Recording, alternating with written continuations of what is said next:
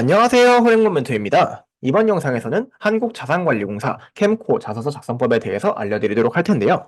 먼저 1번 문항입니다. 가장 부합된다고 생각하는 인재상과 가장 큰 장점은 무엇이며 구체적인 사례를 기술해 달라고 하고 있는데요. 이렇게 인재상을 물어보는 경우에는요, 여러분들이 소재를 먼저 고르시는 게 좋아요. 그러니까 인재상을 먼저 잡아놓고 거기 연결시키는 게 아니라 여러분들의 강점을 잘 어필할 수 있을 만한 소재를 찾고, 사실 인재상은 어떻게든 연결만 하면 더 되는 거거든요. 그러니까 너무 인재상에 몰입되지 않으셨으면 좋겠다라고 말씀을 드리고 싶고요. 여기서 이론상으로는 캠코의 인재상과 본인의 가장 큰 장점 두 개를 다 말씀을 해주셔야 되는데 저거를 하나의 논리적 흐름으로 가져가 주시면 될 것 같아요. 그래서 나는 캠코의 인재상 중에 가장 부합되는 게 무엇이라고 생각하고 그런 측면에서 나의 가장 큰 장점, 경쟁력은 무엇이다라는 걸 이렇게 하나의 흐름으로 이어가 주시면 아무래도 글을 제한된 글자 수 내에서 풀어내기가 훨씬 편하겠죠. 이런 점도 이제 인재상 선택하실 때 같이 좀 고려해 주시면 좋을 것 같고요. 들어가야 될 내용은 이렇게 아래 참고해 주시면 되겠습니다. 1-2. 자, 지원 동기와 노력에 대해서 물어보고 있는데요. 지원 동기를 왜 물어보는 건지 일단 좀 생각을 해볼게요. 지원 동기라는 건 너 왜 우리 회사 지원했어요는 단순한 개념이 아니라 왜 꼭 우리 회사에서 일하고 싶으신가요로 이해를 하셔야 됩니다. 결국은 왜 하필 우리 회사냐? 네 회사 되게 많잖아. 그중에 우리 회사인 이유를 말해줘라는 거고요. 그렇기 때문에 내가 이 캠코가 속한 산업군이라던가 혹은 캠코의 사업의 어떤 부분에 관심을 가졌는지라던가 이런 것들을 좀 말씀해 주시면 좋을 것 같고요. 만약에 내가 진짜 지원 동기나 말할 거리가 너무 없어요. 그러면은 사업 하나를 잡으신 다음에 내가 좀 그 사업을 왜 중요하다고 생각하는지, 왜 꼭 해보고 싶은지, 어떤 식으로 좀 기여해보고 싶은지 약간 이런 것들 있죠. 이런 것들을 풀어내는 방식으로도 우선 접근할 수 있긴 합니다. 지원 동기라는 거는요, 쉽게 말하면 두 가지를 좀 증명을 해야 돼요. 너 우리 회사 진짜 오고 싶어? 너 우리 회사 들어와서 오래 일할 거야? 이거를 물어보는 거고, 그러려면 이제 이 회사, 캠코에서 일하는 게 나한테 좀 어떤 의미가 있는지가 잘 전달이 되면 굉장히 좋습니다. 어쨌든 이렇게 지원 동기, 로열티 문양은요, 내가 좀 기술적으로 글을 잘 쓰는 것도 중요하겠지만, 딱 읽었을 때, 아, 얘 진짜 우리 회사 오고 싶구나, 라고 느껴지는 게 중요할 것 같고요. 그래서 여기 마지막에 어떤 노력을 했냐, 이 파트도요, 딱 들었을 때 그냥 일반적으로 공부했다 뭐 했다가 아니라 아 얘는 캠코 오려고 진짜 그래도 스스로 많이 노력을 했구나라는 게 좀 보일 수 있는 소재를 골라주시면 좋을 것 같습니다. 다음으로 2번 문항인데요. 자, 캠코에 입사 후 희망하는 직무는 무엇이며 해당 직무의 수행 계획, 기타 등등을 얘기하고 있죠. 자, 일단은 이 해당 직무를 수행하기 위한 구체적인 계획을 기술하기 위해서는 우리가 일단 알아야 될 거 아니에요. 얘네가 뭘 하는지. 그래서 이것도 마찬가지로 로열티 문항입니다. 그리고 이제 희망 직무 같은 경우에는 우리가 역량보다는 선호에 조금 더 가까운 개념이에요. 예를 들어 저는 데이터를 잘 다룰 줄 아니까 뭐 어디에서 데이터를 다뤄보고 싶다. 요거보다는요. 아, 내가 어떠어떠한 이유로 이 분야에 대해서 관심을 가지게 되었는데 그래서 해당 업무를 어떠어떠한 이유로 중요하다고 생각을 하고 입사를 만약에 그 업무를 맡게 되면은 꼭 이런 것들 한번 해보고 싶다. 요런 느낌으로 나의 약간 선호, 관심을 표현하는 게 훨씬 더 이 문항을 풀어내는 게 자연스럽습니다. 그 구체적인 계획은 좀 여러분들이 홈페이지, 보고서, SNS 이런 것처럼 좀 최대한 다양한 루트를 통해서 얘네가 좀 내가 하고자 하는 직무가 무슨 일을 한다. 그런 걸 찾아보시고요. 만약에 잘 모르겠잖아요. 그러면 이렇게 조직도를 보시면 다 하는 일들이 나와 있거든요. 전화를 하셔가지고, 아, 혹시 어떤 일 하시냐? 이렇게 물어보시면 굉장히 좋을 것 같습니다. 결국 이것도 아까 문항이랑 마찬가지로 나 정말 여기에 관심 있어 라는 걸 보여주실 수 있는 글을 써야 됩니다. 본인이 부족하다고 생각하는 역량, 그렇게 생각하는 이유를 구체적인 사례를 들어 기술해 달라. 자, 요거는요, 요거 논리 그대로만 따라가시면 돼요.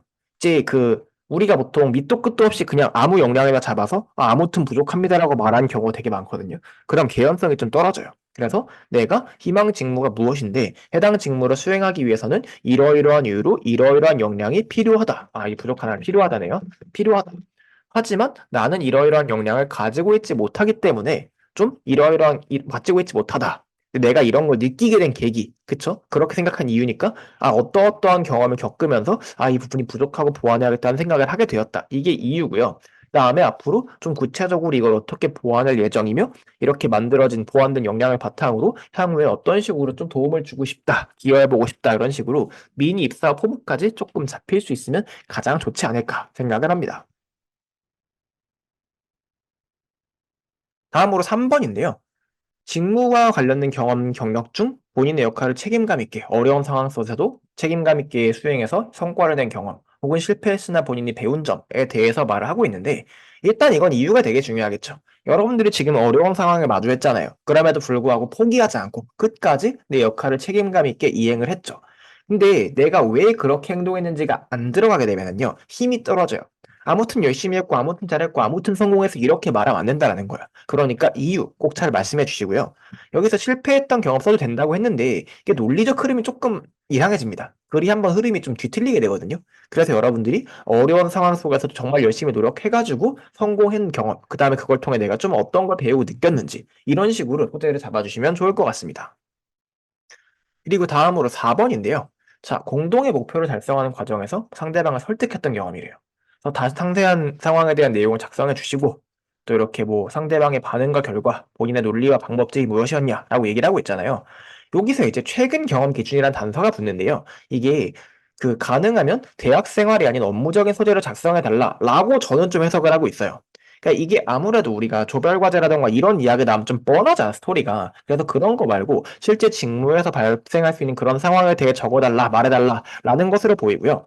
이게 대부분 우리가 좀 구체적인 근거나 데이터를 통해서 설득했다 요런 얘기가 많이 나갈 거예요. 근데 이게 잘못됐다라는 건 아닌데 좀 이 문항의 자유도 자체는 좀 높은 편입니다.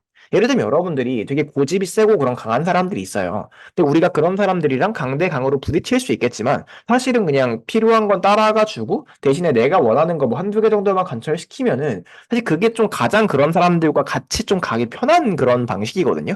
그래서 여러분들이 좀 같이 이제 목표하는 것들을 이루기 위해 내가 이렇게 조율하고 양보하고 설득했던 어떤 사례여도 괜찮으니까 내가 봤을 때 가장 소재적으로 매력 있는 친구를 이 4번에 때려박아 주시면 되겠다라고 말씀을 드리겠습니다. 마지막 5번인데요. 직업윤리에 대해서 물어보고 있잖아요. 근데 직업윤리는 항상 여러분들의 솔직한 가치관을 말해주시는 게 가장 좋아요. 이런 걸 약간 정답을 찾아가려고 하다 보면은요. 진짜 똑같은 글들이 마구마구 양산되기 시작합니다. 그래서 여러분들의 언어로 공공기관 직원으로서 직업윤리라는 게 왜 중요한지, 다양한 직업윤리가 있는데 그 중에 특별히 중요하다고 생각하는 게 뭔지, 그리고 그 이유는 무엇인지, 나는 앞으로 윤리적으로 어떤 사람이 될 것인지, 이런 것들을 말해주시면 좋고요. 항상 직업윤리 막 국민의 이익과 막 모두의 무엇과 막 이런 얘기 들어가잖아요. 보통 그런 얘기 들어가면 좀 뻥이더라고요. 그냥 우리가 이제 막 그런 진짜 국민의 이익을 위해 일하는 케이스 사실 그렇게 많지는 않거든요. 물론 실제로 있을 수 있겠지만.